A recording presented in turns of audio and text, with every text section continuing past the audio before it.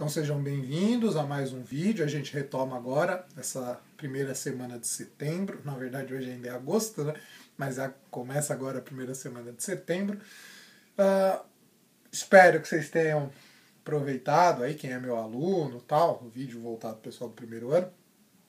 Quem é meu aluno, espero que vocês tenham aproveitado essa semana de descanso, essa semana de recesso, ou para descansar, quem estava com tudo em dia, ou para colocar as coisas em dia, enfim, né? Vamos retomar. Antes de eu começar propriamente a matéria, uma informação rápida. Essa semana é um vídeo só, né? Eu vou fazer referência a um outro vídeo, o vídeo de iluminismo, vou deixar a referência aqui em cima, mas assim, já avisando, esse vídeo dessa semana, ele vai voltar àquele método, né, aquela estética, aquele formato antigo.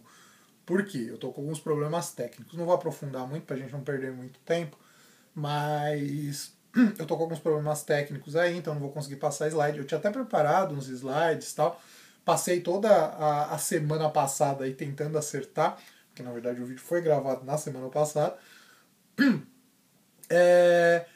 Não consegui, no decorrer da semana não consegui, mandei meu notebook para conserto, enfim, vamos ver se eu consigo acertá-lo daqui até semana que vem, para semana que vem voltar ao normal.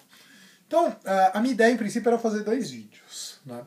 Fazer um vídeo sobre o iluminismo e o segundo sobre o Montesquieu, que é o que a gente vai falar na aula de hoje.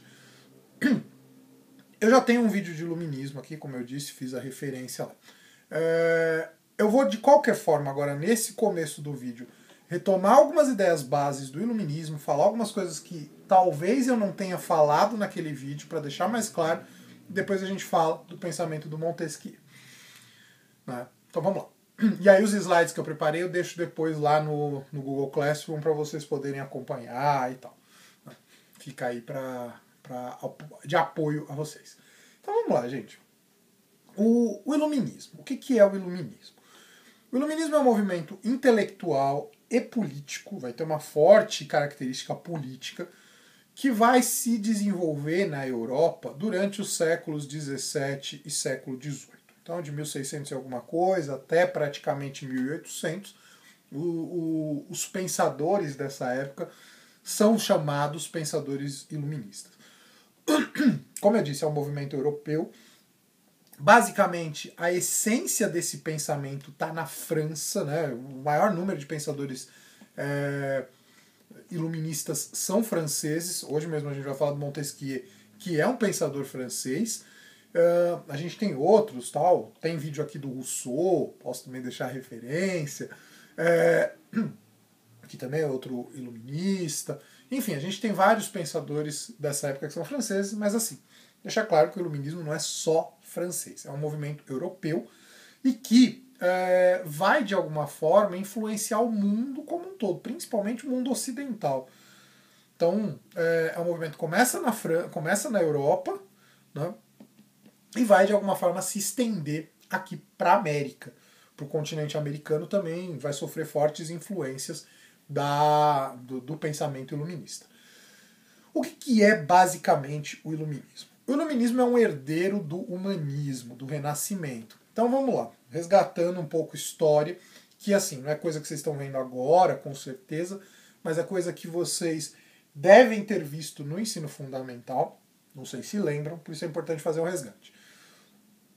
O mundo passa pela Idade Média. 1000 anos praticamente é o período da Idade Média. A gente falou um pouco da Idade Média no semestre passado, quando eu falei lá das diferenças entre filosofia e religião. O mundo passa pela Idade Média, é um período fortemente marcado pela força da igreja, né, pelo poder da igreja, enfim. A partir do século XIV, século XV, a igreja começa já a perder algum poder, século XV, século XVI fica mais evidente, né? Vem a urbanização, vem a formação dos estados, que a gente estava falando até no vídeo passado, lá do absolutismo, e junto com isso, vem também o renascimento, a mudança da perspectiva de uma sociedade, ou de uma forma de ver o mundo teocêntrica, Deus no centro da reflexão, do pensamento, e passa a ser antropocêntrica. O homem é o centro da reflexão, o homem é o centro dos estudos, enfim. Né? O homem é o que realmente conta. Essa perspectiva é o que começa a abrir aquela mudança que eu trabalhei várias vezes durante a ideia de filosofia e religião, a mudança de uma sociedade que é mais baseada na fé, que é a característica da sociedade medieval, em algum nível até mesmo da sociedade que era baseada no absolutismo, para a sociedade baseada na razão, naquilo que tem base racional. Então essa inversão ela começa a acontecer durante o absolutismo, a gente vai ter o Descartes, o Bacon, enfim, tem uma série de pensadores ali entre o fim do século XIV, começo do século XV, aliás, entre o século XV e século XVI, até o século XVII, século XVIII, esses pensadores são a saída do pensamento medieval para a entrada no pensamento iluminista. O iluminismo ele é herdeiro do Renascimento, ele é herdeiro dessas mudanças que a sociedade, que o pensamento vai mudar e que também a sociedade vai acabar passando por ela, que vão elevar mais ainda a ideia de uma racionalidade. Então a razão é o que realmente vale. Para os iluministas, só tem valor o que é racional. O que não é racional não dá para ser levado em consideração. É isso que os iluministas defendem. Né? Então, ou seja, eles têm um forte desprezo até pelas questões que são vistas como superstição. E aí a própria religião. Não são pensadores ateus, mas acham que a religião não pode dar... definir os rumos da sociedade. É aquilo que eu já falava para vocês do Kant. O Kant é um iluminista. Né? E o Kant fala muito, ele defende muito essa ideia. Embora exista uma forte presença religiosa no pensamento kantiano, principalmente na ética, que é assunto que a gente não vê agora no primeiro ano, eu vi no segundo ano, mas assim, bem é o essencial, né? não toco muito nessa coisa, mas basicamente no pensamento kantiano há também uma crítica da religião. Tanto que foi o que a gente viu aí no segundo bimestre. O Kant, ele é muito... e o Kant não é o único, os iluministas de maneira geral, e tem outros que são até mais críticos à religião, à influência da religião na sociedade. O Voltaire, que é um francês, é um grande exemplo disso. Várias vezes ele ridiculariza a religião e tal. Eles vão dizer que a religião não tem que determinar o que é certo e o que é errado. Né? Determinar o que eu devo ou não seguir. Eu posso até seguir a religião, seja ela qual for, mas eu tenho que ter em mente que é porque eu concordo com ela e não porque ela está me dizendo que é certo, que é errado. Até porque a base da religião é a fé é algo que eu não posso provar, então é muito subjetivo, eu posso ou não ter fé, e a partir disso não é um parâmetro seguro para determinar o que é certo e o que é errado, o que é aceitável e o que não é. É basicamente isso que os iluministas defendem. Então a igreja é um foco de crítica, sim, dos iluministas. Afinal, não dá para dizer que uma sociedade... nós estamos numa época ainda que a igreja tem um certo poder, não tanto quanto já teve lá na Idade Média, mas ela tem muito poder de formação de opinião. Então, por ela ter o poder da formação de opinião, os iluministas são muito críticos da igreja nesse sentido de não deixar as suas opiniões serem formadas pela influência religiosa.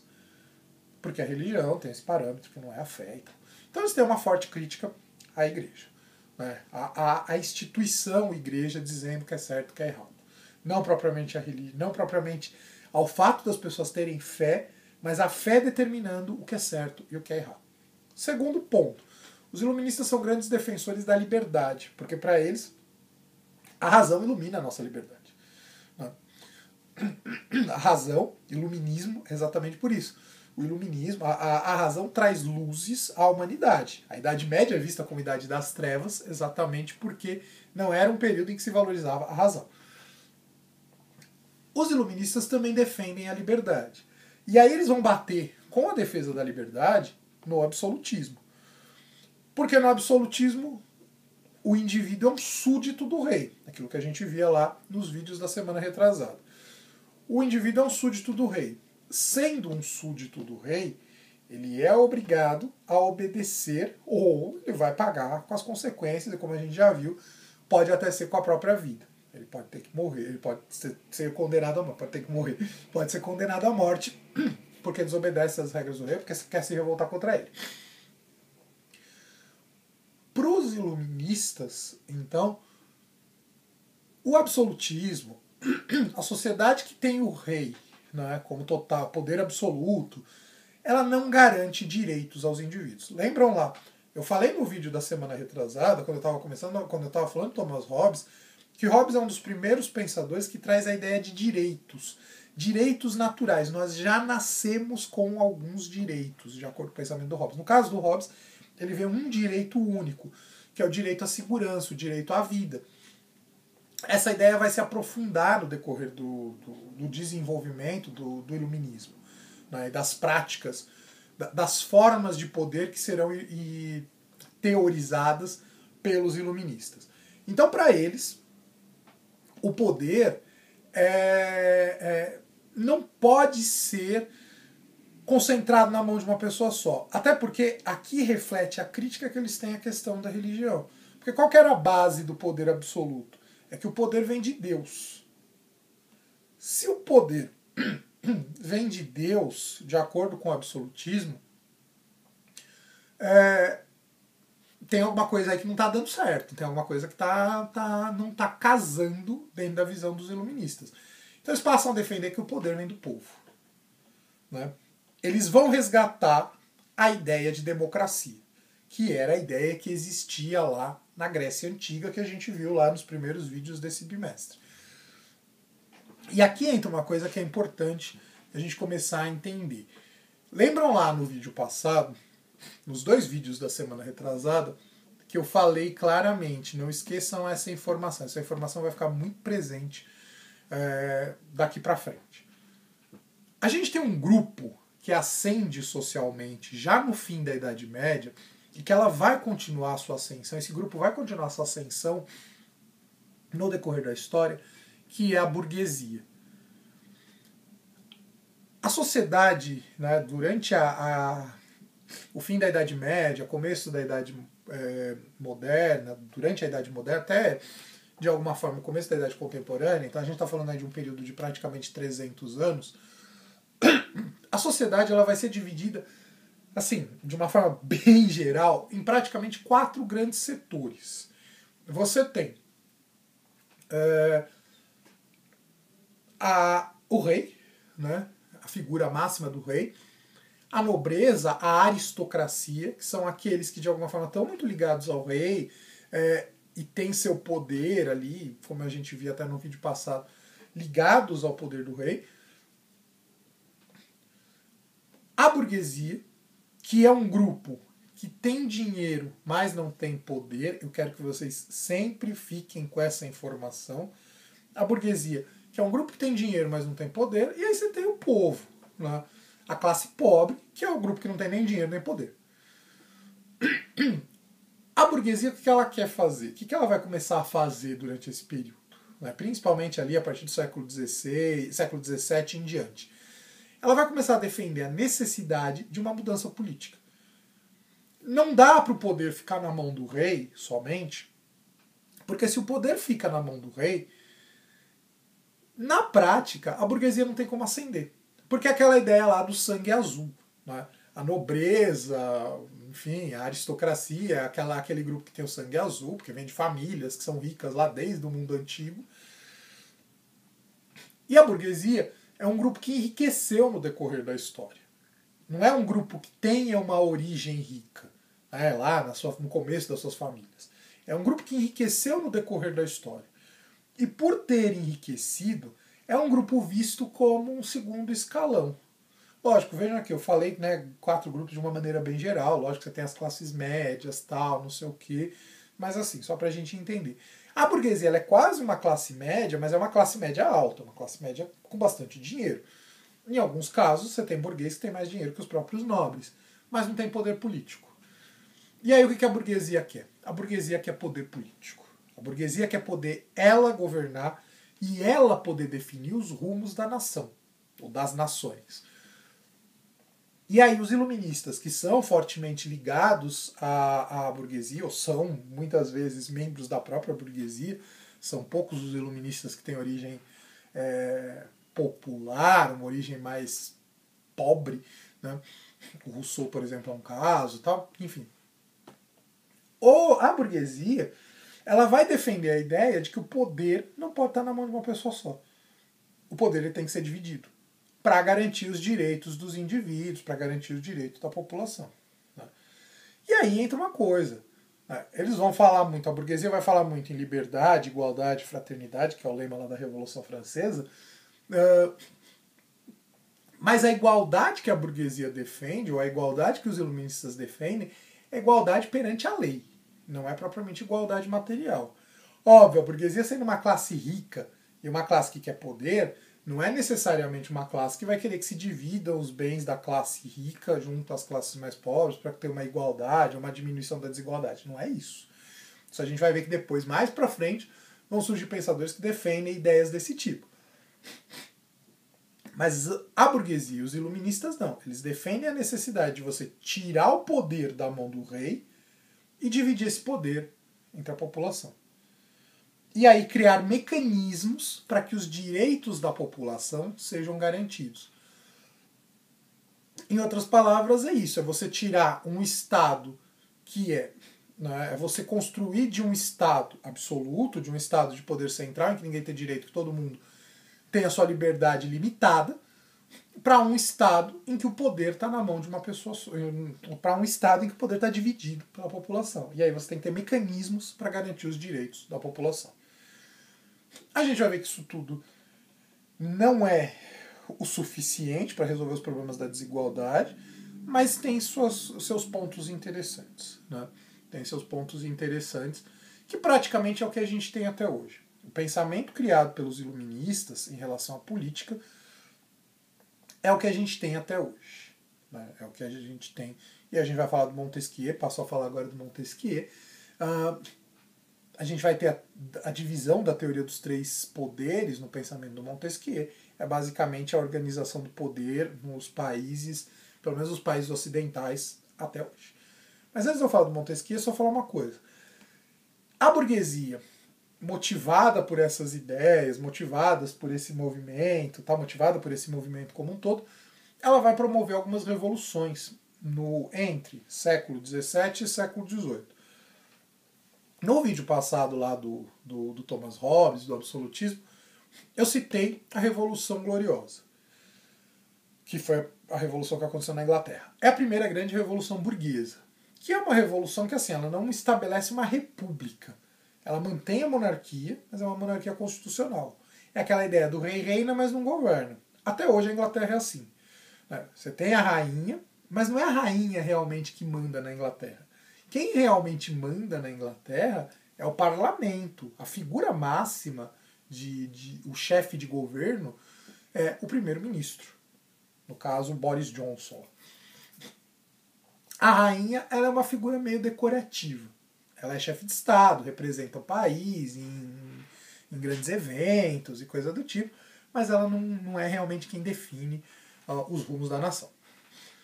A gente tem a Revolução Gloriosa, a gente vai ter a independência dos Estados Unidos, que vai formar a primeira república, então o primeiro lugar, a primeira sociedade, o primeiro país, a primeira nação que vai adotar um regime republicano, o povo elege o seu governante, tem um presidente, vai ser os Estados Unidos. E depois a gente vai ter a grande revolução burguesa da história, que eu já citei, que é a Revolução Francesa. Né? Tinha até programado para jogar aqui nessa hora o hino da Revolução Francesa, mas hoje, infelizmente, não vai rolar. Né? A Marselhesa, que é o hino da França até hoje, que era o hino lá dos revolucionários franceses. Que é uma revolução bastante interessante, cheia de idas e vindas e tal, mas ela trouxe mudanças no cenário francês, enfim, acabando com o absolutismo, inclusive botando os reis na guilhotina. Né? É a primeira grande revolução que a gente tem reis sendo executados. Mas enfim, Isso para a gente entender basicamente o iluminismo. Toda essa primeira parte foi para entender o iluminismo. Lembrando, como eu já disse, já tem um vídeo aqui, mas basicamente eu quis fazer uma retomada. Dentro dessa ideia dos iluministas, a gente vai ter o Montesquieu. O Montesquieu é um iluminista, é um francês, e é um dos que vai propor. Ele não é o único, porque o Locke já tinha proposto alguma coisa assim. A gente vai falar do Locke na semana que vem. Né? Já falei uma vez dele, quando a gente falou lá das questões de pensamento. A gente vai voltar a falar do Locke agora na teoria política dele. O Montesquieu é o filósofo que vai criar a ideia da divisão dos três poderes. Mas como ele vai chegar nessa conclusão? Primeiro, ele vai ter uma obra famosa, a obra mais famosa dele, mais importante, é o Espírito das Leis, em que ele faz toda uma análise das formas de legislação, por que as leis existem e tudo mais. E aí ele chega à conclusão, né, estudando a história da humanidade, do que ele conhece ali, ele chega à conclusão que existem três tipos de Estado, três tipos de poder. E dessa conclusão que ele chega, ele vai definir que cada tipo de governo tem um princípio ético, né, o que ele chama de um princípio ético. É uma base que faz com que esse governo funcione. Ele vai falar que o primeiro tipo de governo que ele coloca é o despotismo, a tirania, o governo despótico ou o governo tirânico. Esse tipo de poder é o poder que o governo, o poder está todo concentrado na mão de uma pessoa só, a ideia lá do absolutismo, mas o rei governa de uma maneira tirânica. O que é a tirania? O rei manda e qualquer um que ouse se voltar contra ele vai pagar com a própria vida, vai pagar com alguma punição, enfim. O princípio ético que o Montesquieu coloca desse governo, desse tipo de governo, ele vai falar que é o medo. É um governo que se mantém pelo medo. Né? Então é um pouco aquela ideia lá do Thomas Hobbes que a gente colocava na semana retrasada.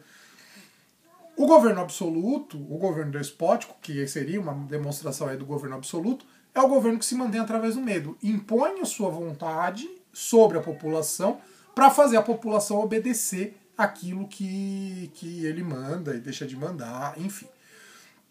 Ele vai falar que tem uma segunda forma do governo monárquico se colocar, que é que ele vai chamar exatamente de governo monárquico. Você tem um rei que tem o poder todo na mão dele, mas ele governa não só pensando em si mesmo, de uma maneira egoísta, mas é o governo que governa, é o rei que governa pensando no bem de todos. Ele vai dizer que o princípio ético desse governo é a honra. Então, ou seja, você tem o rei, que está ali na mesma posição que o rei do absolutismo, aliás, seria um rei absoluto, mas é um rei que governa não só de uma forma egoísta ou de uma forma autoritária, é um rei que governa pensando no bem de todos. Nesse período que o Montesquieu está escrevendo, vai ter um movimento, né, muito próprio de algumas nações, que é o chamado despotismo esclarecido. O que é isso?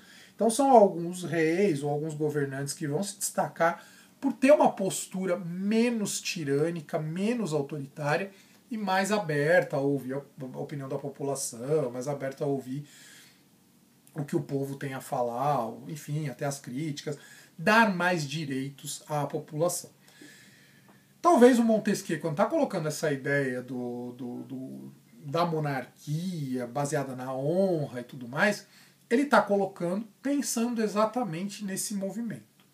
Só que o que ele vai colocar? Esse tipo de governo está muito fácil de cair no outro. Porque você tem uma única pessoa mandando, né? Mandando e concentrando todo o poder na mão dela. Quando isso acontece, hoje eu posso estar tranquilo no meu governo, tá tratando toda a população numa boa, não sentir grandes riscos e de repente, mesmo as tentativas de oposição, eu aceito claramente, aceito tranquilamente. Só que de repente, amanhã, eu posso muito bem me ver obrigado a tomar medidas autoritárias, reprimir, mandar, me sentir ameaçado de alguma forma. Então, para evitar que isso aconteça, ou melhor, para evitar que isso aconteça não, o que o Montesquieu vai dizer é que o governo monárquico ele pode ser bom na teoria, mas na prática ele é muito delicado. E por ser muito delicado, não dá para confiar totalmente. E aí ele vai defender uma terceira forma de governo, que ele vai falar que é o governo republicano. A república, a palavra república, vem do latim, significa coisa do povo, res publica, coisa do povo. O que isso quer dizer? É um governo em que o povo teria o poder. Que para ele, o princípio ético desse governo é a virtude. Em outras palavras, a gente pode dizer a honestidade. Tem que ser um governo baseado na honestidade. E aí ele vai defender a necessidade da divisão dos poderes. A república ela tem uma vantagem em relação à monarquia, em relação ao despotismo, porque você não tem mais o poder concentrado na mão de uma pessoa só. Você tem o poder dividido em 3 esferas. Na verdade a gente fala 3 poderes, mas na verdade é um poder dividido em 3, que são o poder executivo, o poder legislativo e o poder judiciário. Quando você tem um absolutismo, esses 3 poderes estão na mão de uma pessoa só. E aí é um grande problema, porque assim, se eu cometo alguma coisa contra o rei, é ele que vai me julgar, é ele que vai me condenar, e ele tem o poder de executar aí no caso de matar mesmo, mas ele é o poder, não tem liberdade. Quando você tem essa divisão dos 3 poderes, poder executivo, poder legislativo e o poder judiciário, isso abre espaços para a gente poder se colocar contra o governo.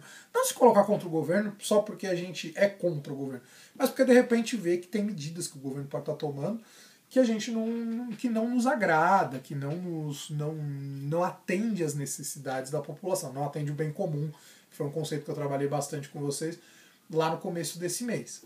Então, ou seja, de acordo com o Montesquieu, a divisão dos 3 poderes ela garante mais direitos do que simplesmente poder estar na mão de uma pessoa só.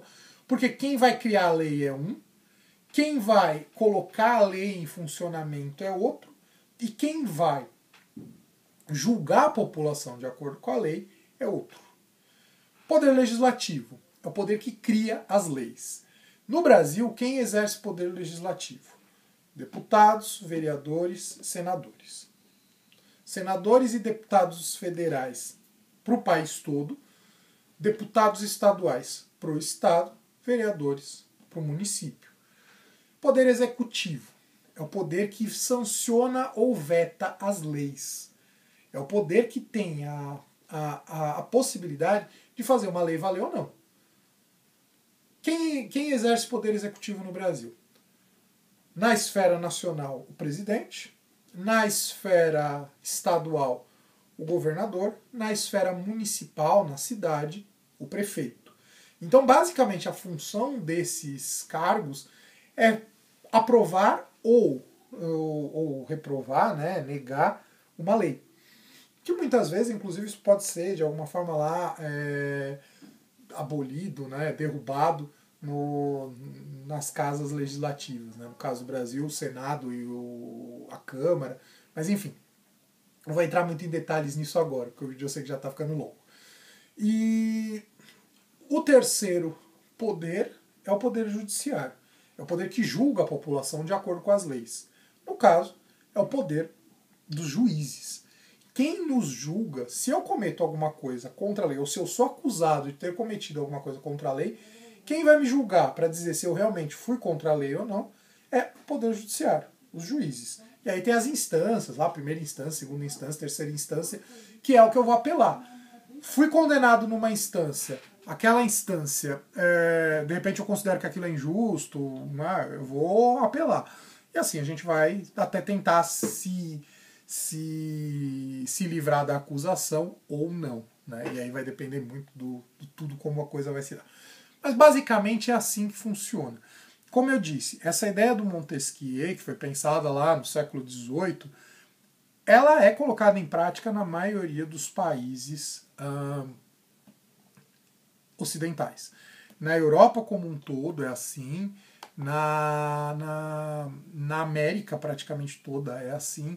Então, ou seja, o poder, essa divisão dos poderes, ela é colocada em prática. Ela é a forma como se dá o poder, que é o que garante os direitos e uma certa liberdade nossa enquanto indivíduos na sociedade. O que eu queria deixar claro né, para terminar aí falando dessa questão dos poderes. É muito interessante porque no Brasil, não sei se é assim em outros países, mas no Brasil a gente tem uma certa tendência a não dar muita atenção ao poder legislativo. A gente vota nos deputados, muitas vezes as pessoas não sabem quem votar, se pergunta quem votou na última eleição. Muito dificilmente a gente não sabe quem votou, né, a gente não lembra quem votou na eleição para presidente, para governador, para prefeito. Mas dificilmente a gente lembra em quem votou para deputado, para senador, para vereador. E isso é importante, porque são os cargos legislativos. Quem vai fazer a lei são esses caras. Não é o presidente, não é o governador, não é o prefeito. Então, no fundo, o poder legislativo ele tem uma importância até maior do que o próprio poder executivo. É que no Brasil a gente não tem muito essa visão. Na verdade, não é só no Brasil. A gente vê aí agora toda essa questão da eleição do Trump lá nos Estados Unidos, que mostram como também lá tem uma importância muito grande a questão do presidente. Mas o presidente não é um cargo isolado. Ele não faz o que ele quer, ou não é ele só que define os rumos do país. O presidente tem uma parcela, mas as câmaras, né, o poder legislativo também tem uma importância. É importante a gente entender isso, até para poder entender por que certas coisas são aprovadas e não são e tudo mais. Então, basicamente é isso. Gostaria até de falar mais sobre esse assunto, mas basicamente é isso, para vocês entenderem, eu acho que está mais do que claro. Como eu disse, espero que nos próximos vídeos da semana que vem dê pra gente voltar um pouco àquela estética mais tranquila ali enfim, da forma como eu estava trabalhando, colocando os slides e tal, que eu acho que dá para entender um pouco melhor. De qualquer forma, eu vou mandar os slides para vocês lá no Google Classroom para quem é meu aluno. Com isso, então, eu encerro esse vídeo.